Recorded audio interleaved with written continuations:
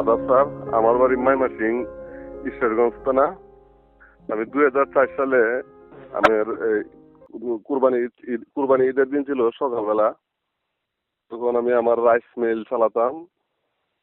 তখন rice mill চালানো অবস্থায় আমি একদম ভোরবেলায় রাইস মিলের যে ফাইল বাইর হয়ে যে সেল, এই সেলের সাথে আমার লুঙ্গি পেঁচাইয়া আমার পুরুষঙ্গ খাইতে জায়গা খাইতে যাওয়ার পর আমি আমার এলাকার মানুষ জড়ো হওয়ার পর সবাই আমাকে নিয়ে কান্নাকাটি মানে চিল্লাচিল্লি করতেছে। আল্লাহর রহমত, তখন আমার কিন্তু আমি অজ্ঞান হই নাই।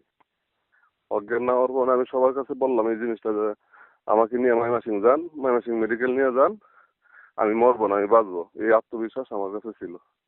তখন আমাদের পাশে বাজার, সামটা বাজার, এখান থেকে একটা মাইক্রো বাস নিয়ে আসে। আসার পর সবাই আমাকে মাইক্রো বাসের ভিতরে উড়ায় দেয়। ওর সাথে আমার সাথে পলিথিনে কইরা আমার পুরুষঙ্গটা দিয়ে দেয়। আমি ময়মনসিং মেডিকেলে যাই। যাওয়ার পরে ঈদের দিন সকালবেলা তেমন একটা ডাক্তার ছিল না। ডাক্তার না থাকাতে একজন মহিলা আসছিল, নামটা আমার এখনো স্মরণ আছে, ডাক্তার ঝর্ণা। উনি যখন আমার এই জায়গার কাপড় চোপড় সরাইতে চায় তখন আমি লজ্জাবোধ করি। উনি তখন সরাইতে পারে নাই। এইভাবে অনেক 2-3 বার আসার পরে যখন আমি লজ্জাবোধ করি, কাপড়টা সরাইতে দেই নাই, তখন ডক্টর জওহরলাল সিং উনি আসেন। আইসা এই কাপড়গুলা সরায়া উনি এই জায়গায় প্রবেশিভ ড্রেসিং মেসিং কইরা এলান দিয়া ওটির সামনে নিয়ে যায়। আমার তো ভয়ে আমি আতঙ্ক লেগে রয়েছি। তখন এই অপারেশন করার পর আমার বেডা নিয়ে আসে। জ্ঞান ফিরার পরে স্যার আমার কাছে অনেক আশ্বাস দেয় যে আপনার কিছু হবে না, মানে এই ধরনের অনেক কিছু বলে। 3 দিন পর আমার যখন ড্রেসিং এই যে বেন্টিস গুলা খোলার পর দেখি আমার এই অবস্থা, আমার কিছুই নাই। যে আমার আমার পেনিসও নাই, আমার অন্য কুচুগুলাও নাই। তখন আমি স্যারে বললাম, স্যার এ কি অবস্থা?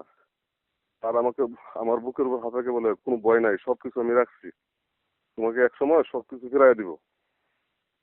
তখন আমার আমার তো মানে কলিজা দরপর করতে যায়। এই যে অবস্থা দেখলাম, আমি কেমনে কি, আমার জিন্দগি কেমনে কি হবে তে। তখন স্যার আমাকে বলছে, তোমার সবগুলো জিনিস আমি গুছায় গাছায় রাখছি। রাখার পর সুস্থ হওয়ার পরে আমার নাভির নিচ দিয়ে নাভির নিচ দিয়ে চামড়ার ভিতর দিয়ে আমার যে পেনিসের যে রোগগুলা এবং এই প্রস্রাবের যে পাইপটা, এটা এই জায়গায় স্থাপন করে। আমি 3 মাস এইভাবে ক্যাথেটার ব্যবহার করি। কিন্তু আমি স্যার, আমার বড় ভাই স্যারের সাথে সবসময় যোগাযোগ রাখছে, আমার আব্বা আম্মা স্যারের সাথে সবসময় যোগাযোগ রাখছে। এক পর্যায়ে তো আমার এই জায়গা থেকে ময়মনসিং থেকে রেফার করেছে ঢাকা হাসপাতালে। কিন্তু আমরা স্যারের পিছু ছাড়ি নাই। স্যারের পিছু না ছাড়ার পরে স্যারের সাথে সবসময় যোগাযোগ রাখছি, সেগুলো বলছি যে স্যার এই জিনিসগুলো আপনি গুছায় রাখছেন, একমাত্র আপনিই জানেন এটার ভালো মন্দ। হঠাৎ করে অন্য এক স্যারের কাছে যাবো, অন্য ডাক্তারের কাছে চিকিৎসা নেওয়ার পরে এটা কোন ভাবে আছে বা না আছে এটা ওই স্যারে জানেন, এটা আপনি ভালো জানেন, আপনি করবেন। তখন স্যার বলছে যে আমার যেহেতু আপনি অপারেশন করান, আমি তো ময়মনসিং ঢাকা পিজিতে বদলি গেছি গা, তা আমার যে অপারেশন করে ঢাকা চলে যাইতে হইব। আমি স্যার আপনি বাংলাদেশে যে কোনো প্রান্তেই যান, আমি স্যার আপনি ছাড়বো না স্যার, আমি আপনার পিছু নিব, আপনি চিকিৎসাটা করবেন। পরে স্যারের পরামর্শে আমি টাকা পয়সা জোগাড় করে ঢাকা গোলাপবাগ মনোয়ারা জেনারেল হাসপাতালে আমি এনে ভর্তি হই। ওই হাসপাতালে তখন স্যার আমাকে একটা রুমে নিয়ে যায়। রুমে নিয়ে যাওয়ার পরে আমি বুঝতে পারি না, আমাকে একটা ইঞ্জেকশন করে একটা মানে 7 থেকে 8 ইঞ্চি লম্বা এরকম একটা গোল জিনিস আমার হাতে দেয়। আর আমারে বলছে যে আরেকটা হাত আপনি ওই জায়গায় নেন, দেখেন আপনি ওই জায়গাটা ফুলছে কিনা, মানে সেক্স আসছে কিনা। তখন আমি নিয়ে দিই, আমি বলছি স্যার ঠিক আছে, ওইটাও যেরকম আমার ওইটাও এরকম। তখন স্যার বলছে যে আলহামদুলিল্লাহ। আমি স্যার যখন আলহামদুলিল্লাহ বলছে, তখন আমি আমার মনের মধ্যে একটা সাহস বা এই যে আমার মনের মধ্যে একটা অন্যরকম একটা ফিলিংস আসছে। স্যার যদি আলহামদুলিল্লাহ বলে থাকে তাহলে নিশ্চয়ই আমি সুস্থ হব। তখন স্যার আমার অপারেশন করে। অপারেশন করার পর আহ, এই জায়গায় আমার স্কিন লাগায়, স্কিনটা নষ্ট হয়ে গেছে। আবার দ্বিতীয়বার আবার অপারেশন করে। অপারেশন করে আমি তো আলহামদুলিল্লাহ আমি সুস্থ হই। স্যার পিজিতে ডিউটি করে, আর প্রতিদিন আসতেন আমার দেখতে। সন্ধ্যার আগে কোনো সময় রাত্র হইতো, স্যার আমার না দেখে বাসায় যেতেন না। তো ওই স্যার আসার পরে আমি, আমার মা, আমার বাবা একদিন হাত ধরে বলছেন যে স্যার আমার ছেলেরা কি স্যার বিয়ে শাদী করতে পারবে? তখন আমার স্যার এত আশ্বাস দিয়েছেন যে আপনার ছেলে যদি আপনার এলাকায় বিয়ে না দেয়, তাই আমার এলাকা খুলনা বাগেরহাট নিয়ে এলো আমার আমার এরশাদকে আমি বিয়ে করাবো। এতটুকু আত্মবিশ্বাস নিয়ে এরশাদের অপারেশনটা আমি করছি। তখন আমার আব্বা, আমার আম্মা মানে একটা দীর্ঘশ্বাস স্যারকে খুশি, মানে স্যারে বলছে স্যার আপনি আমাদেরকে খুশি করবেন, কিন্তু আমরা তো আপনাদেরকে খুশি করতে পারবো না। তো তখন স্যার বলছে যে এরশাদ সুস্থ হওয়া মানে হলো আমি আমি আমার সফলতা। আল্লাহর রহমত আমি সুস্থ হয়েছি। স্যারের ইতিহাস আমি সারাদিন, আমি একদিন যদি একটা দিন ধরে যদি স্যারের প্রতি শুকরিয়া আদায় করার জন্য কথাবার্তা বলি, তো শুকরিয়া আদায় করে স্যারের প্রতি শেষ করতে পারবো না। তারপর আমি মোবাইলের আলাপ যেহেতু তাই সংক্ষেপে বলতেছি, তখন আমি পুরোপুরি সুস্থ হই।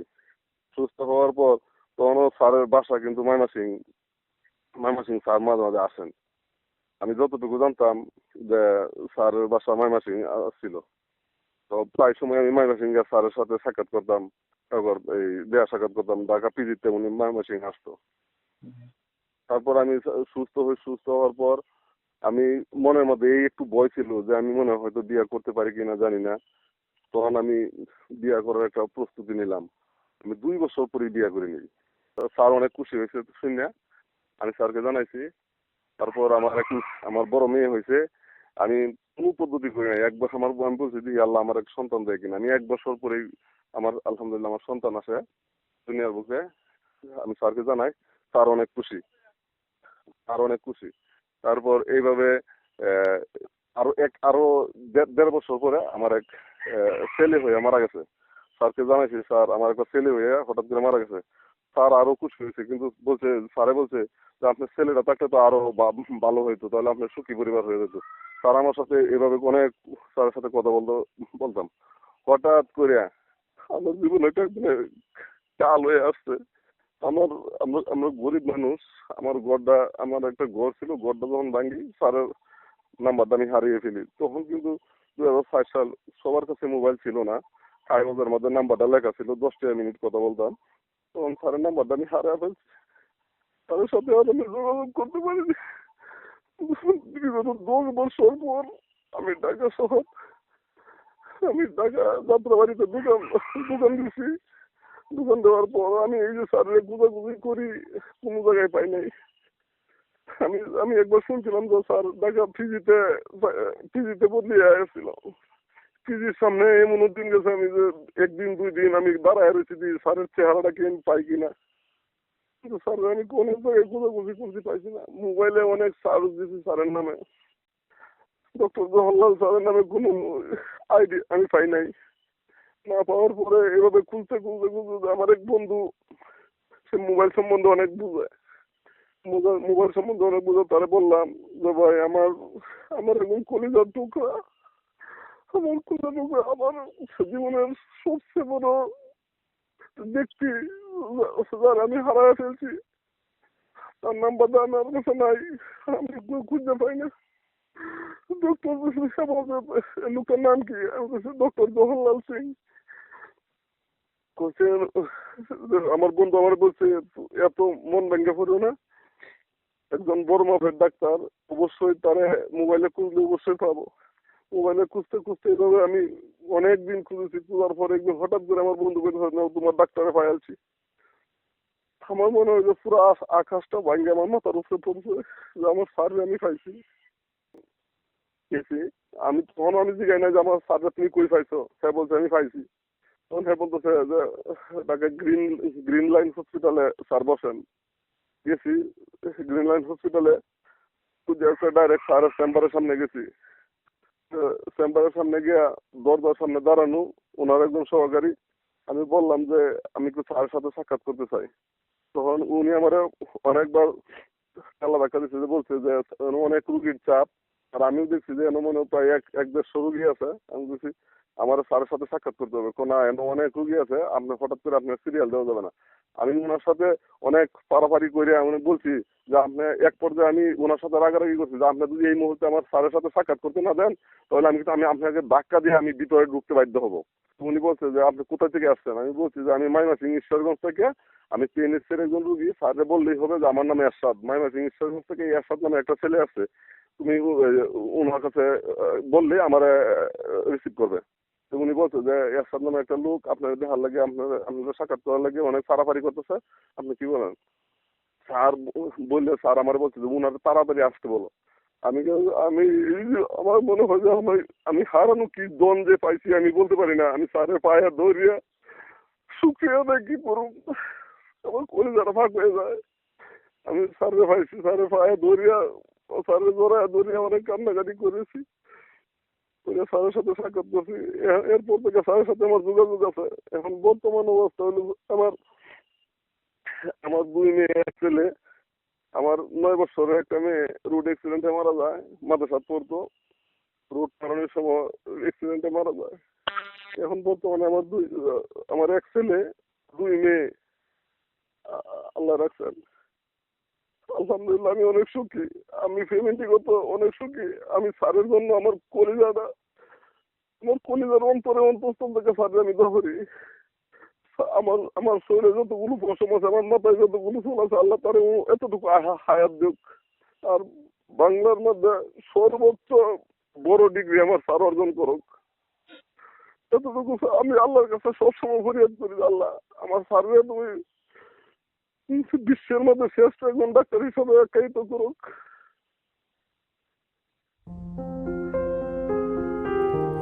ডাক্তার আর রোগীর মাঝের সম্পর্কটা যখন মন ছুঁয়ে যায় তখন তা শুধু চিকিৎসা নয়, হয়ে ওঠে ভালোবাসার একটি নাম। এরশাদ হয়তো একজন রোগী ছিল, কিন্তু ডাক্তার জওহরলাল সিংহের কাছে সে হয়ে উঠেছিল পরিবারের একজন। ডাক্তার জওহরলাল সিংহ ও এরশাদের এই বন্ধন ভরসা, শ্রদ্ধা আর জীবনের বিজয়গাথা।